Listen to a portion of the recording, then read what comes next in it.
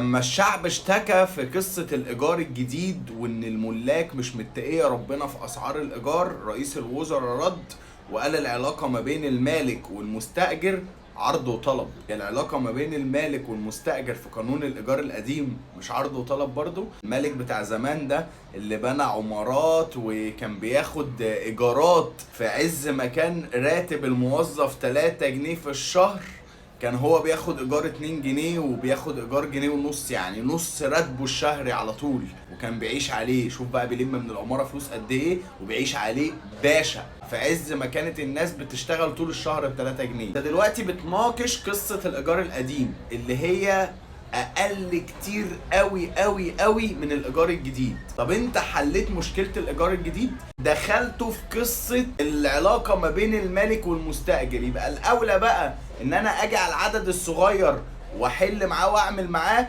ولا اروح بقى اشوف ملايين الناس اللي قاعده في ايجار جديد بقى بتترمي كل يوم، والملاك اللي محدش محجمهم. وهو تعالى انت قعدت السنه دي بايجار 4000 جنيه، انا عايز 7000 جنيه. ازاي من 4000 ل 7000 اللي هي اساسها كانت ب 1000 وطلعت ل3 وطلعت ل4 بعد نزول السودانيين لمصر؟ طيب انت دلوقتي بتناقش قصه الايجار القديم.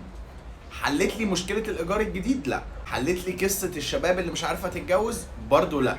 وفرت لي شقق للناس اللي انت عايز تطبق عليهم قانون يطلعهم في الشارع علشان لو طلعوا لا قدر الله في الشارع يعني تقدر تلاقي لهم بديل؟ برضو لا. وتنكش في الملف ده ليه؟ تسيب ناس اصلا يعني ناس سبعينات وستينات ومطلقات وارامل وناس مش لاقيه تاكل، ما تسيبهم بقى في حالهم. وفر بدايل، شوف قصصهم التانية، بعد كده ابقى اخش في الملف ده.